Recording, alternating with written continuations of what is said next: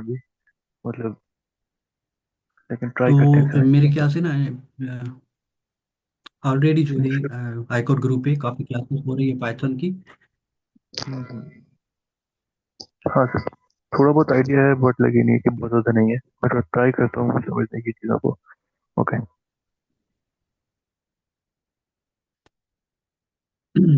तो जैसे कि कल की क्लास में हमने पढ़ा था कि पाइथन क्या होता है, और फास्ट में एक प्रोग्राम से ना हमने वो काम भी किया था। पहले जो हमने एपीएस जो भी बनाई थी, उसमें हमने क्या किया था कि पाइथन का डिक्शनरी फॉर्मेट यूज़ करते हुए एक लिस्ट बनाकर स्टूडेंट की, उसमें हमने काम किया था।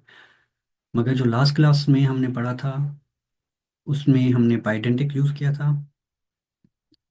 तो आज हम पढ़ेंगे कि पाइडेंटिक क्या होती है, बेसिक्स पर इसका समझ लेंगे कि बेसिक्स क्या होती है। और उसके बाद जो भी आगे कोर्स होगा कंटिन्यू करेंगे, उसमें पाइडेंटिक ही यूज़ होगा। तो पाइडेंटिक एक ऐसा कुछ बड़ा टॉपिक नहीं है। वैसे बड़ा टॉपिक है, मगर पाइडेंटिक इतना खास कुछ नहीं करता है। वो सिर्फ डेटा वैलिडेशन के लिए होता है, डेटा को वैलिडेट करता है। जो भी आप इनपुट देंगे, ठीक है, एपीआई थ्रू जो भी आप इनपुट देंगे ना, तो उसको वैलिडेट करेगा कि जो आप इनपुट दे रहे हैं क्या अपना जो बना हुआ है एपीआई, तो वही एक्सेप्ट करेगा या नहीं करेगा। अगर फॉर एग्जांपल एक पैरामीटर में वो वहाँ पे आपको मिलेगा कि यहाँ पर ना प्राइस देनी है, तो प्राइस अमूमन कैसे होती है, प्राइस फ्लोटिंग में होती है या इंटीजर में होती है। अगर आप उसकी जगह स्ट्रिंग में कोई नाम देंगे, तो वहाँ पर आपको एरर देगा कि यहाँ पर हम इंटीजर को ही एक्सेप्ट करेंगे, स्ट्रिंग को एक्सेप्ट नहीं करेंगे। ठीक है। तो यहाँ पर कुछ पाइथन पाइडेंटिक के फीचर्स हैं जिसे हम वन बाय वन पढ़ेंगे, जिसमें टाइप वैलिडेशन हो गया, ऑटोमेटिक टाइप कन्वर्जन हो गया। ठीक है। तो पाइडेंटिक से पहले ना हम क्या कर लेते हैं, एक ऊप का जो एक प्रोग्राम बना लेते हैं। पहले प्रॉब्लम को समझते हैं कि प्रॉब्लम क्या आ रही थी जिसकी वजह से हमें अभी पाइडेंटिक यूज करना पड़ रहा है। तो मैं क्या कर रहा हूँ इधर, सिंपल एक मैं क्लास बना रहा हूँ यूजर का। ठीक है, यूजर का क्लास बना लिया। उसमें हम क्या कर रहा हूँ कि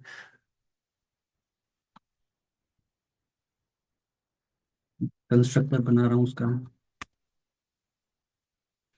कंस्ट्रक्टर में तो एक हम वैल्यू दे रहे हैं, यहाँ पर बना लेते हैं नेम, और क्या कर लेते हैं एज। यहाँ क्या कर रहा हूँ, जो भी हमारा नेम है तो सिग्नेट कर ले, और एज को एज में कर ले। ठीक है। ये हमारा एक सिंपल सा क्लास बन गया। अब ये क्या करो, इसका एक इंस्टेंस बना लेते हैं यूजर वन के नाम से। और यहाँ पर इसको क्या कर देते हैं, नाम देते हैं अली, और एज कर लेते हैं इसकी 15। ठीक है। उनमें सिंपली इसको क्या कर देता हूँ, मैं रिटर्न कर देता हूँ यूजर वन के नाम से। यू के थ्रू मैं यहाँ पर इसको रन कर रहा हूँ, यू ही रन। तो यहाँ पर आप देखेंगे, अच्छा स्कीम मेमोरी आ गई। इसको क्या कर लेते हैं, ऑब्जेक्ट को डिक्शनरी में कन्वर्ट कर देते हैं। यहाँ पर मैं पाइथन यूज नहीं कर रहा हूँ, सिंपली पाइथन का ही कोड है ये। ठीक है। तो मैं इसको क्या कर देता हूँ, यहाँ पर प्रिंट कर देता हूँ। तो हमारे पास जो वैल्यू थे वो आ गए, नेम या नेम अली और एज 15। ठीक है, यहाँ तक तो समझ में आ गई कि यहाँ पर जो नेम है वो है स्ट्रिंग में, और एज जो है वो है इंटीजर में। अभी ये कॉन्सेप्ट समझ लें कि पाइथन जो है ना बेसिकली वो है डायनामिक टाइपिंग। ठीक है, डायनामिक टाइपिंग का मतलब ये होता है कि आपने कोई भी टाइप डिफाइन करने की जरूरत नहीं है। जब आप कोई भी वेरिएबल में कोई वैल्यू देंगे या पैरामीटर में कोई वैल्यू पास कराएंगे ना, तो रन टाइम में पाइथन समझ जाएगा कि ये मेरे पास कौन सा वैल्यू आ रहा है, तो उस वेरिएबल को उस टाइप का बना देगा। ठीक है। यहाँ पर भी हमने जो एस टी आर और इंटीजर लिखा है, ये बेसिकली ऐसा समझ लें कि ये चीज़ें जो है ना हम अपने खुद के अंडरस्टैंडिंग के लिए लिख रहे हैं। पाइथन इसको रिस्ट्रिक्ट नहीं करता। फॉर एग्जाम्पल यहाँ पर तुमने लिखा है नेम अली और एज 15, तो यहाँ पर मुझे वैल्यू आ गई। और फॉर एग्जाम्पल मैं क्या कर लेता हूँ, एक और इंस्टेंस बना लेता हूँ, जहाँ पर मैं एज की जगह लिख लेता हूँ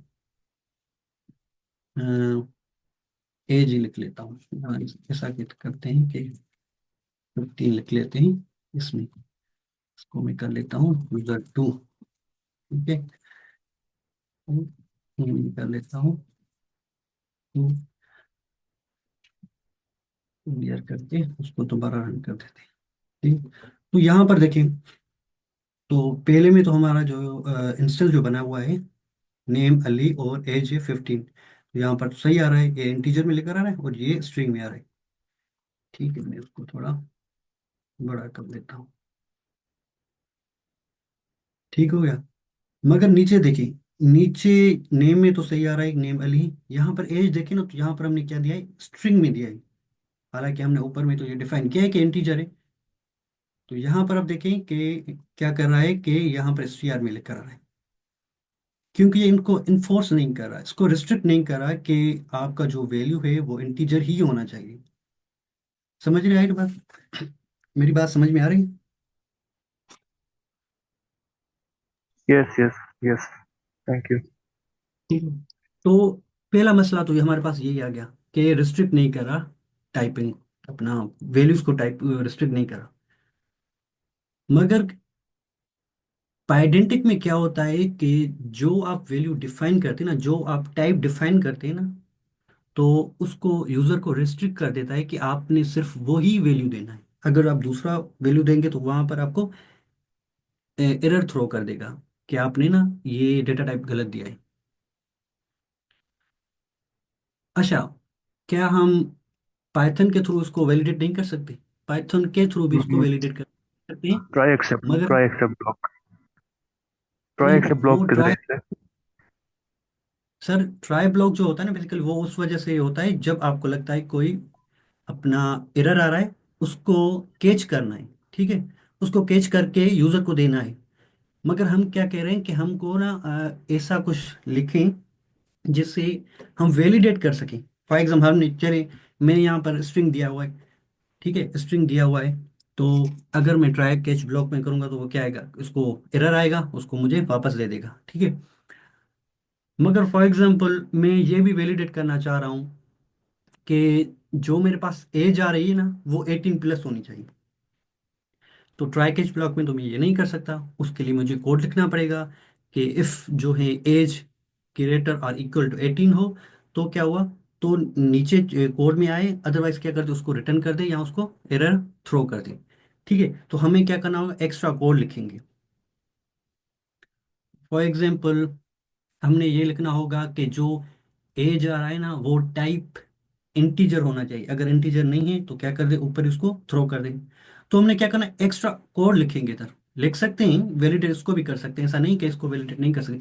मगर क्या होगा कि हमें हर फील्ड के लिए ना एक एक्स्ट्रा कोड लिखना पड़ेगा, एक अपना कंस्ट्रेंट लगाना पड़ेगा कि एज जो है वो 18 प्लस होनी चाहिए, इफ उसके लिए लगाएंगे। वह नीचे लगाएंगे वो टाइप क्या होना चाहिए, उसके बाद जो दूसरी भी लगाना चाहें तो लगा सकते हैं। इससे क्या होगा, जितनी आपकी फील्ड ज्यादा होंगी उतने आपको एक्स्ट्रा कोड लिखना पड़ेगा। ठीक हो गया। मगर पाइडेंटिक बेसिकली आपको ना ये चीज़ें अलाउ करता है कि आपको ये चीज़ें डिफाइन करने की ज़रूरत नहीं, क्योंकि अंडर द हुड जो पाइडेंटिक है उसको खुद संभालता है, उसको खुद हैंडल करता है। ठीक है, अब उसका भी कोड करके देख लेते हैं कि उसको कैसे सिंपल बना देता है। तो यहाँ पर हमने जो लिखा था, अच्छा, ऐसा कर लेते हैं ना, मेरे पास एक कोड पड़ा हुआ है, मैं आपको वो दिखा देता हूँ। ठीक है, अभी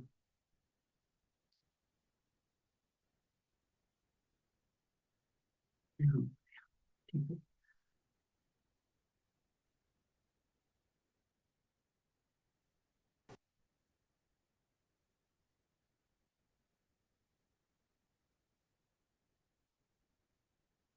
क्योंकि लिखने में टाइम लग जाता है, इस वजह से मैंने ना पहले ही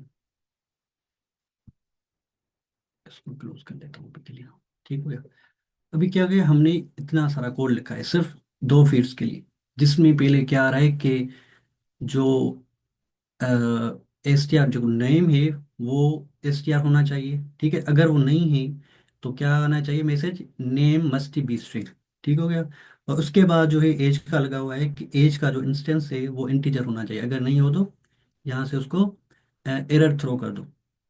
और उसके बाद हमने ये लगाया हुआ है कि जो नेम है फील्ड वो एटलीस्ट 2 कैरेक्टर होना चाहिए।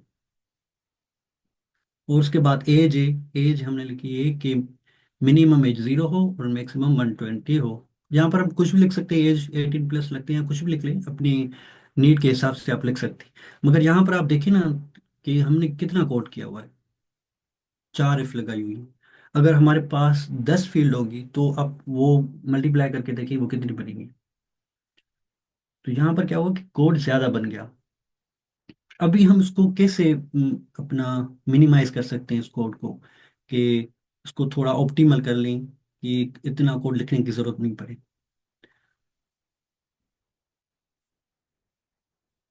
मैं क्या कर लेता हूँ, इधर जो है एक अलग फाइल बना लेता हूँ। तो ये कोड बेस समझ में आ रहा है।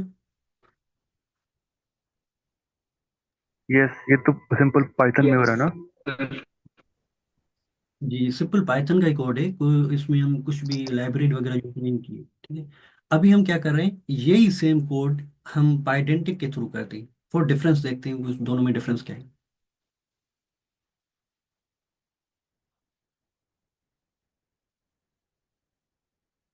तो यहाँ पर मैं क्या कर रहा हूँ कि चले यहाँ पर खुद ही लिख लेते हैं।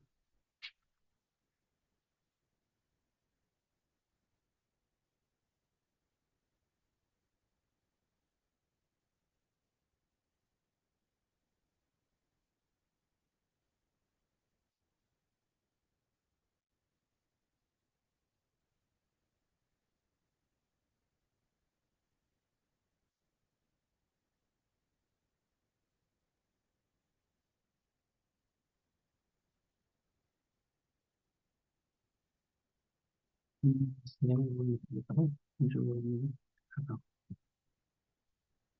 ठीक है। अभी ये जो कोड बना हुआ है वो सिंपल पाइथन में, अभी हम क्या करते हैं इसको पाइडेंटिक के थ्रू कर लेते हैं। तो सबसे पहले क्या करना है, हमने पाइडेंटिक का पैकेज वो इंपोर्ट कर देना है। From pydantic import base model. ठीक है। करते हैं बेस मॉडल। अब बेस मॉडल हमें क्या करना है कि इसके पैरेंथेसिस के बीच में रखना है कि ताकि जो यूजर हो वो इसको इनहेरिट कर सके इसकी प्रॉपर्टीज को। ठीक हो गया यहाँ तक। अब क्या कर लेते हैं, इसको ना सिंपली फ्रंट में आकर यहाँ पर यूजर वन कर लेते हैं। ठीक है। मैं इसको क्या कर लेता हूँ, पहले रन कर देता हूँ। इसमें इसमें अब ये अगर हम एज को स्ट्रिंग पास करेंगे तो उसमें फिर एरर आ जाएगा? हाँ जी, वो अभी देखते हैं ना, अभी करके देखते हैं उसको, ये डिफरेंस देख लेते हैं उसका।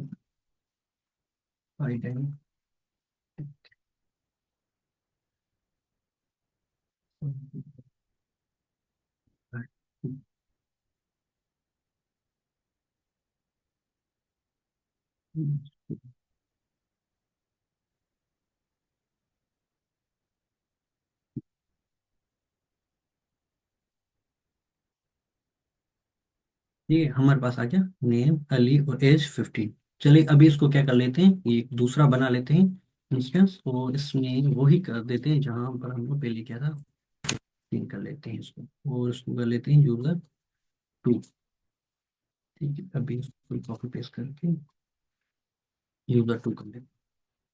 अभी इसको रन करके देखते हैं क्या हमारे पास एरर थ्रो कर रहा है। तो यहाँ पर अब देखिए तो उसने क्या किया है, input should be valid integer unable to pass string. ठीक है। तो यहाँ पर हमने कोई भी इफ कंडीशन वगैरह नहीं लगाई हुई। समझ आ रहा है बात। हमने कोई भी स्ट्रिंग अपनी इफ कंडीशन नहीं लगाई, ये पीछे से ही खुद ही वैलिडेट कर रहा है कि यहाँ पर जो वैल्यू आना चाहिए ना वो इंटीजर में ही होना चाहिए। अगर आप पहले वाला कोड देखें तो यहाँ पर जो है तो ये इतना सारा कोड हमने लिखा था।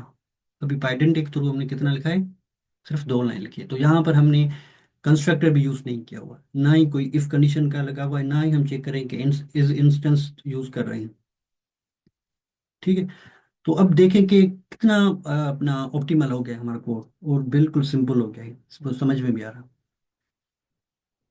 और पाइथन में ना एक और अच्छी बात है कि ये दूसरे फीचर में आए आए ना, हम अगर कि उसको क्या करना है, यहाँ पर आप देखें automatic type conversion smart casting. अब स्मार्ट कास्टिंग बेसिकली कैसे करता है कि एज 15 है, यहाँ पर अगर स्ट्रिंग दे रहे हैं तो एरर आ रहा है। अगर हम क्या करें कि एज ए नंबर वैल्यू वो इंटीजर में देंगे तो क्या करेगा, अगर 15 ऐसे दे रहे हैं, ऐसे में इसको 20 कर लेता हूँ, 20 का। अब क्या आना चाहिए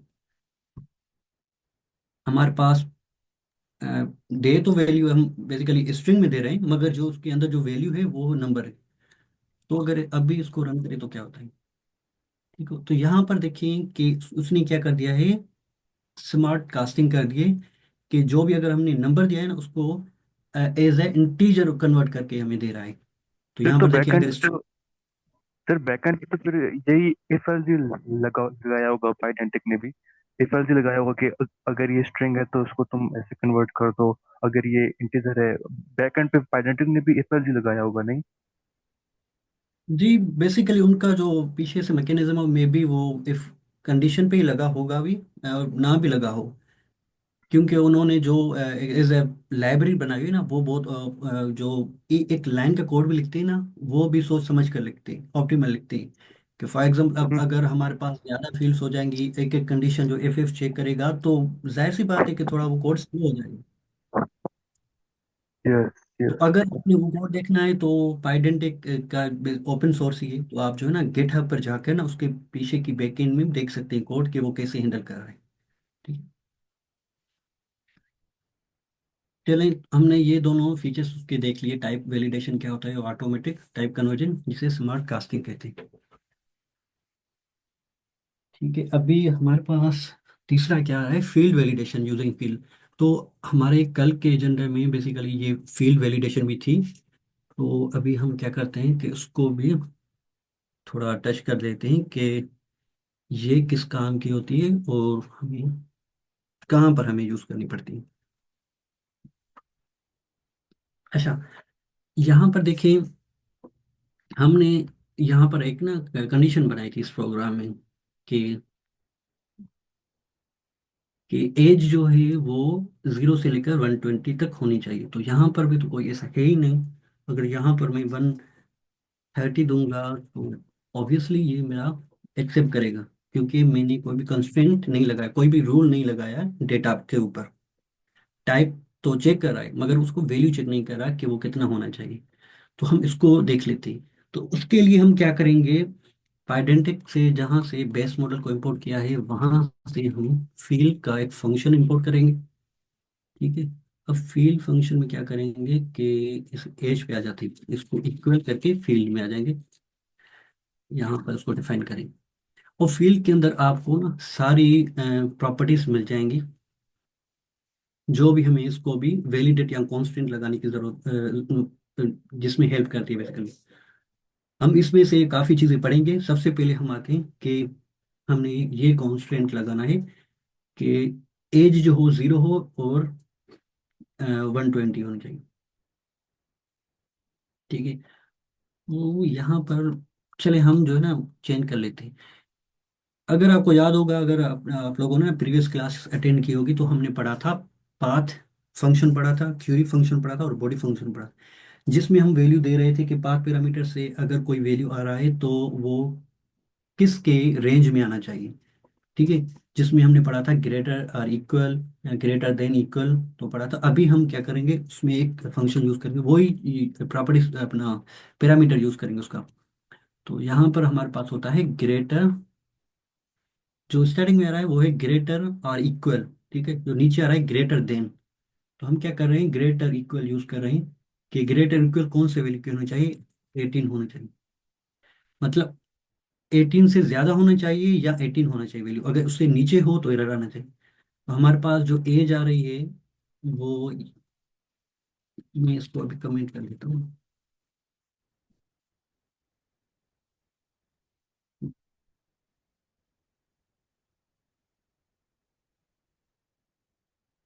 ठीक है, रन कर देता हूँ। ठीक। अच्छा यहाँ पर देखिए तो हमारे पास, एक सेकंड, सेव नहीं किया मैंने। ठीक हो गया। तो यहाँ पे हमारे पास है ना 130 आ रहा है, क्योंकि वो एज जो है वो 18 से बड़ी। अगर हम क्या कर लेते हैं, इसको जीरो हटाकर 13 कर लेते हैं, तो क्या यहाँ पर एरर आना चाहिए? यहाँ पर एरर आएगा, क्योंकि हमने यहाँ पर जो कंस्ट्रेंट लगाया है वो लगाया है कि 18 होनी चाहिए या 18 प्लस होनी चाहिए। तो अब आपने बहुत सारी ई कॉमर्स वेबसाइट पे देखा होगा ना, यहाँ पर कोई ऐसे प्रोडक्ट्स होते हैं जो 18 प्लस होते हैं। ठीक है। तो वहाँ पे आपने ये फील्ड लगाते हैं बेसिकली बैकएंड से।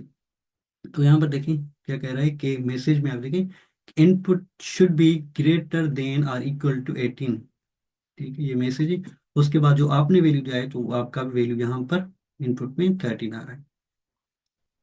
Yes sir. ठीक हो गया। ओपन हमारे पास वेबसाइट्स होती हैं जिसमें हमसे पूछते हैं कि आर यू 18 प्लस और नॉट, तो आई थिंक उसके बैक एंड पे यही वाला प्रोसेस होता होगा।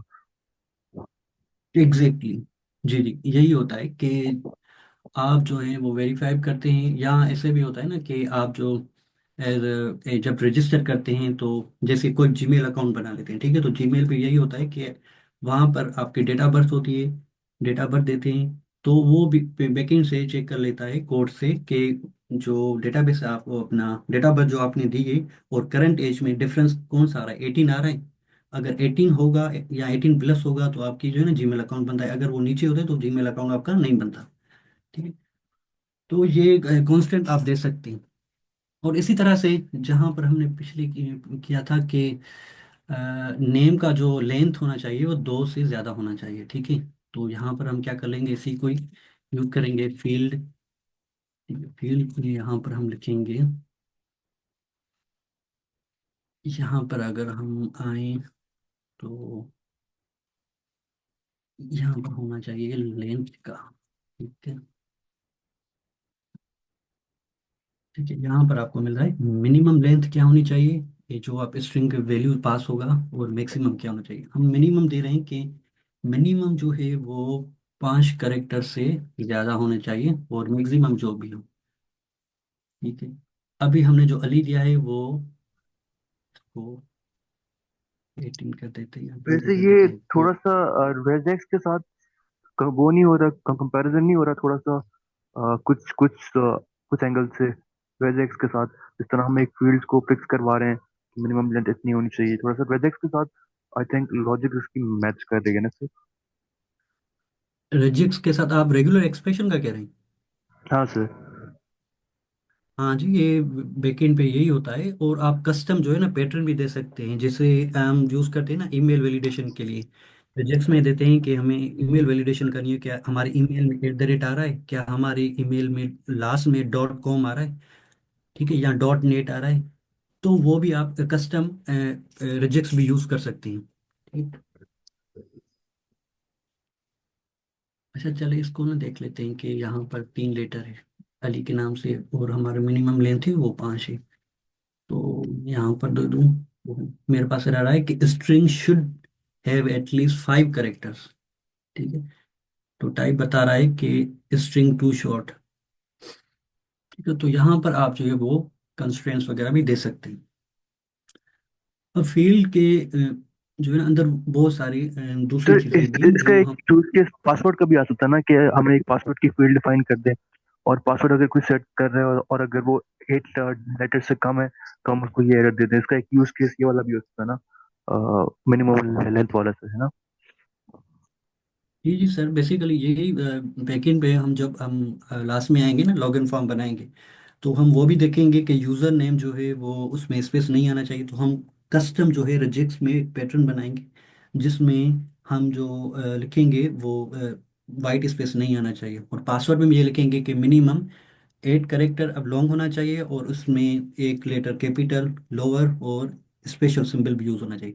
तो ये सारी चीज़ें ना हम आगे भी करेंगे, अभी के लिए हम बेसिक में इस वजह से जा रहा हूँ कि ज़्यादा इसको कॉम्प्लेक्स ना करें। ऐसा ऐसा जैसे ही कोर्स में आगे बढ़ते जाएंगे ना, तो ये चीज़ें हम एक्सप्लोर करेंगे सारी चीज़ें।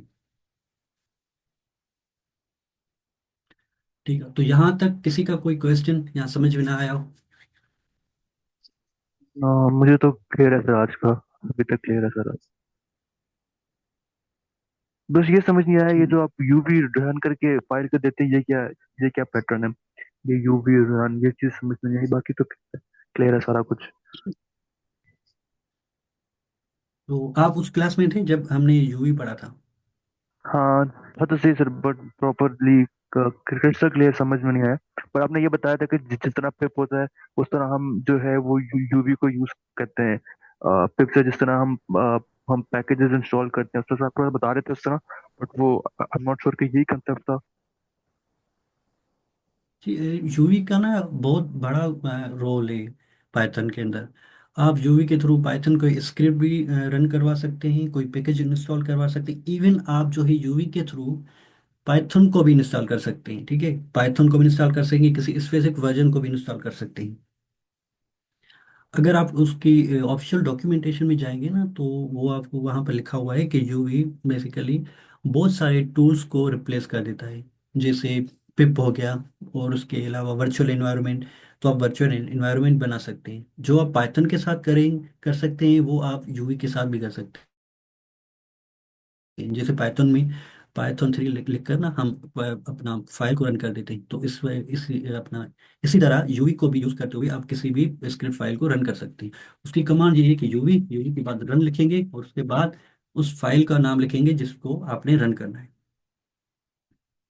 जैसे हम पाइथन में भी यही लिखते हैं ना, पाइथन में बेसिकली यही लिखते हैं कि पाइथन 3, और उसके बाद जो भी फाइल का नाम होता है,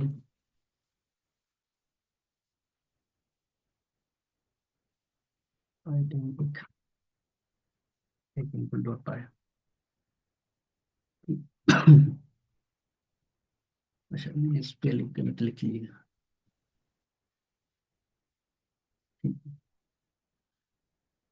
तो ये आप पाइथन के थ्रू भी इसको रन कर सकते हैं, मगर यूवी के थ्रू मुझे इजी होता है, इस वजह से मैं ज़्यादातर यूवी यूज़ करता हूँ। ठीक हो गया। तो अभी तक हमने जो है वो फील्ड तक कवर किए हैं, ये 3 टॉपिक्स कवर किए हैं। फील्ड में बहुत सारी दूसरी भी प्रॉपर्टीज है और चीज़ें हैं जो हम आहिस्ता आहिस्ता कोर्स के साथ आगे आगे यूज़ करते जाएंगे। ठीक है। अभी हमारे पास आता है डिफॉल्ट वैल्यू। ठीक है, जिस तरह से हमने यहाँ पर चीज़ें जो डिफाइन की, आप एज डिफॉल्ट वैल्यू दे सकते हैं। जैसे मैं क्या कर लेता हूँ ना, इसको फील्ड को हटाकर मैं यहाँ पर लिख लेता हूँ 25।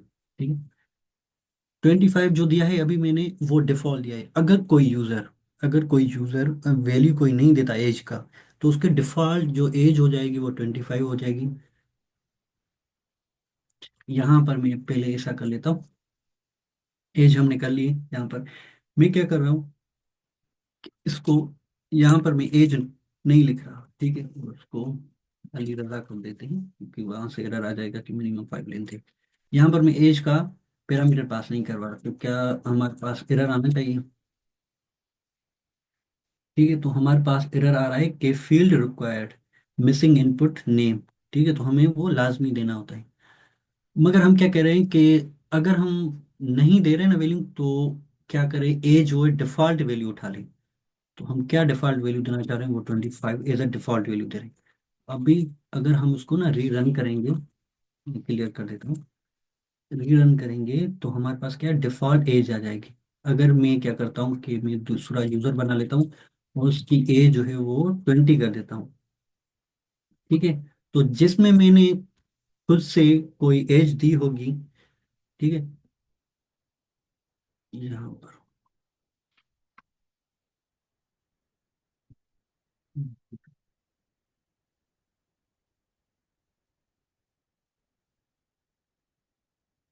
जिसमें जहाँ पर ना मैंने कस्टम अगर एच डी होगी तो वो उठा लेगा। अदरवाइज क्या होगा, जिसमें कोई भी वैल्यू नहीं देता तो क्या वो डिफॉल्ट वैल्यू एज आ जाएगा। ठीक है, अब इस तरह से ना ऑप्शनल फील्ड वो होती है कि फॉर एग्जांपल यहाँ पर तो मैंने वैल्यू नहीं दिया और ये डिफॉल्ट उठा रहा है। मैं क्या करूँ, अगर वो कोई नहीं देता ना, तो क्या करे कि वो ले ही नहीं, वो ऑप्शनल हो। अगर कोई देता है तो सही है, अगर नहीं देता तो ठीक हो गया।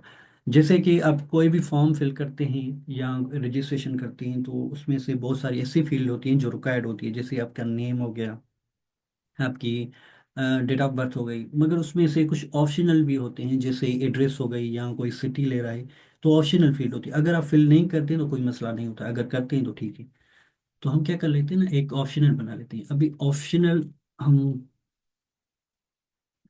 जो है वो इंपोर्ट करेंगे टाइपिंग पैकेज के थ्रू।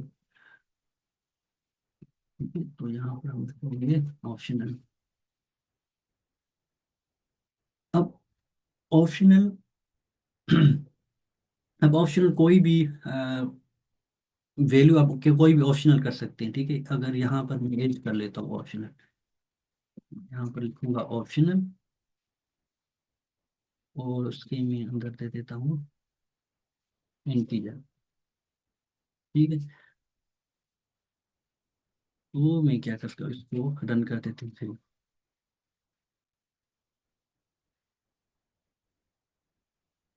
यहाँ पर एरर आ रहा है, अभी वो देख लेते एरर क्यों आ रहा है।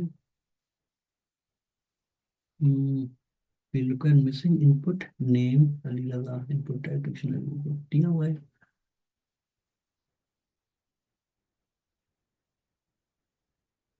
अच्छा, मुझे कोई बता सकता है कि एरर क्यों आ रहा है? क्योंकि ऑप्शनल कीवर्ड हमने पहले भी यूज किया है, किसी को याद आ रहा है? नहीं। ऑप्शन, जब भी आप ऑप्शनल देंगे ना तो उसको इक्वल करेंगे नन के। ठीक है, पहले ये नहीं होता था, मगर अभी जो है आपने देना होगा ये। अगर कोई ऑप्शनल बनाते हैं इक्वल नन करेंगे तो वो एकदम नन वैल्यू हो जाएगी। ठीक है, तो यहाँ पर देखें कि नेम आ रहा है अली रजा, एज है वो नन है, और दूसरी एज में 20 आ रहा है। ठीक है, तो कोई भी फील्ड आप एज ऑप्शनल भी बना सकते हैं। जो देंगे उसका वैल्यू अपना हो जाएगा, नहीं देंगे तो वो नन आ जाएगा। तो फ्रंट एंड सेवर यूज को हम हैंडल करते हैं कि अगर कोई नन आ रहा है तो उसको क्या कर दे, उसको सेव ना करके छोड़। अभी जो दूसरा बड़ा मेरे ख्याल से ना पाइडेंटिक का फीचर है, वो अभी हम यूज करेंगे। पहले तो टाइप वैलिडेशन, और दूसरा जो अभी हम देख रहे हैं। ठीक है, तो मैं क्या करता हूँ कि यहाँ पर हमने यूजर का बनाया हुआ है। ठीक है, अभी हम एक दूसरा क्लास बना लेते हैं, जैसे अभी हमने बात की ना एड्रेस की बात की। ठीक है, तो मैं यहाँ पर एक दूसरा क्लास बना लेता हूँ,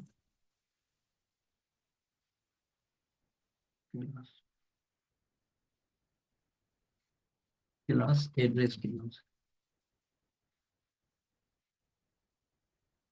और यहाँ से ना मैं कुछ बेस मॉडल को इनहेरिट कर रहा हूँ। ठीक है, तो एड्रेस में हमारे पास क्या आना चाहिए, सिटी।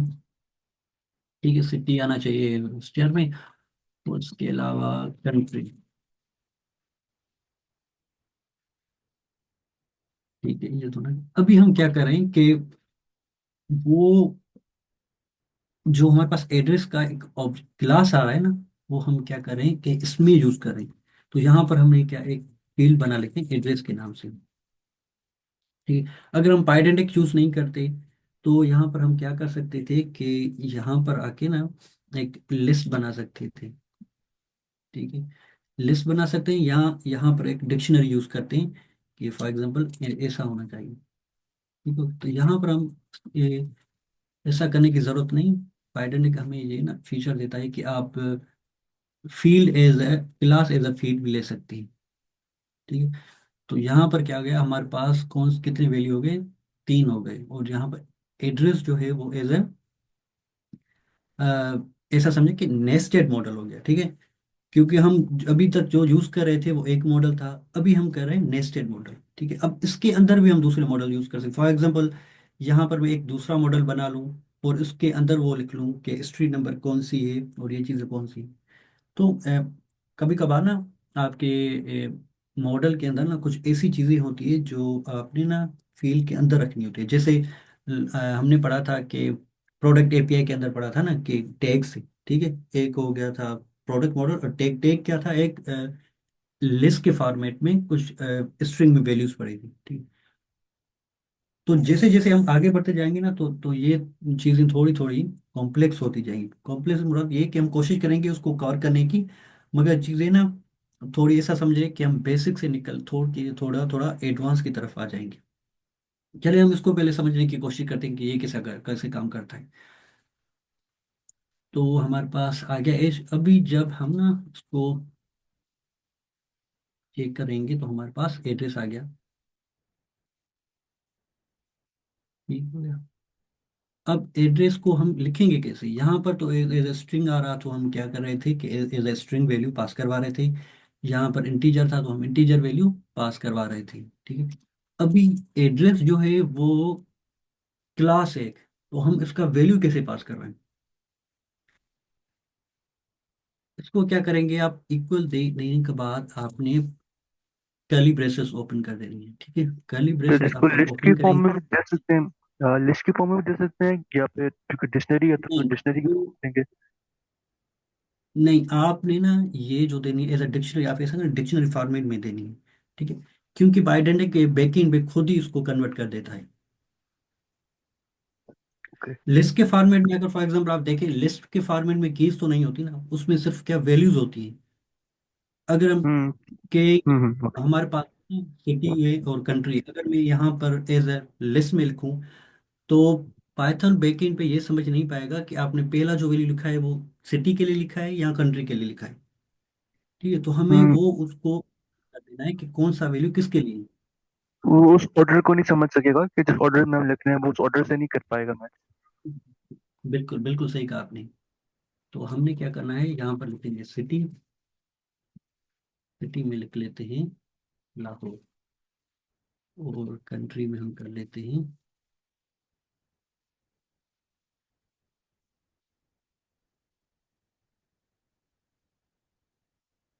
चलिए देख लेते हैं कि तो कमेंट कर देता हूँ क्या हमारे पास वैल्यू सही आ रहे हैं।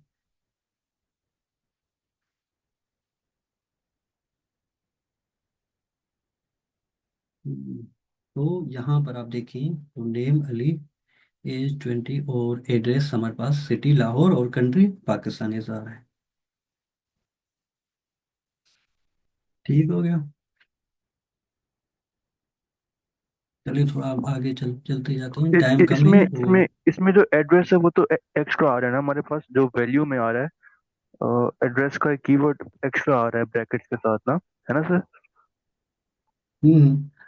अच्छा, इसको ना अभी के लिए ऐसा समझ लें कि ये वैल्यू जिस तरह से आ रहा है ना, जब हम एपीआई के थ्रू उसको हैंडल करेंगे ना, फिर मैं आपको वो चीज़ें बता दूंगा। क्योंकि यहाँ पर जो मेन मेन चीज़ें मेरे बताने का मकसद ये था कि ये उनके फीचर्स हैं। ठीक है, अभी जो हाँ वो तो ये समझ 100 आ का गया सर, समझ पाइथन आ के अंदर हम गया। चले जाएंगे। क्योंकि हमारा जो अभी ओके। मेन फोकस है वो हमारा फोकस है पाइडेंटिक के ऊपर। ठीक है, ओके ये सर। पाइथन के जो है हम आगे चल के उसको हैंडल कर देंगे। जैसे कि अभी टाइम कम है तो अभी हमने ना ये सारी चीज़ें कवर कर लेनी है। और उसके बाद है वैलिडेटर कस्टम रूल्स। ठीक है, अभी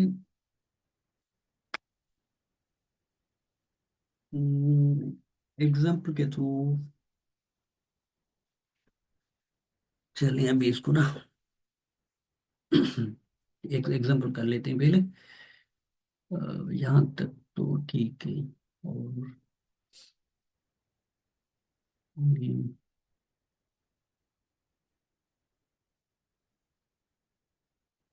इसको हटा देता हूँ। ठीक है।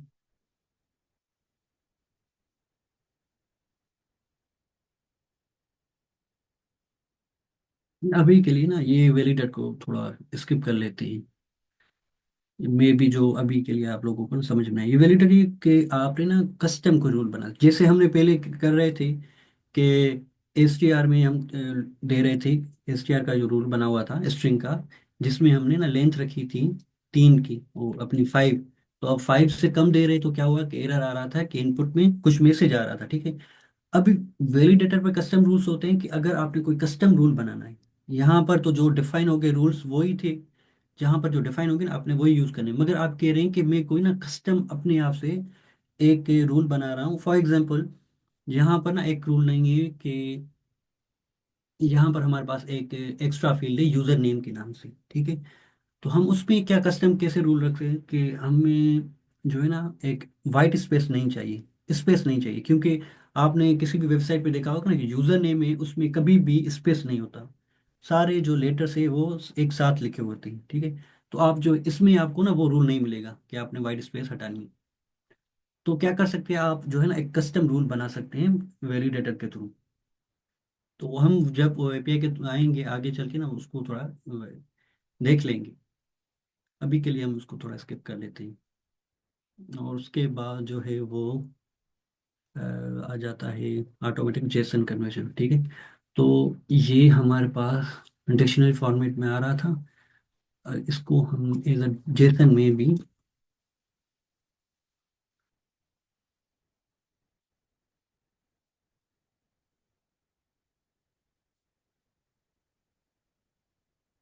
अच्छा, ये मेरे ख्याल से ना डिप्रिकेटेड हो गया है अभी के लिए इस माइग्रेशन में, ठीक है। तो अभी बाइडेन का जो वर्जन चला है ना, वो V2 चल रहा है। पहले V1 था जिसमें ये सपोर्ट कर रहा था जेसन।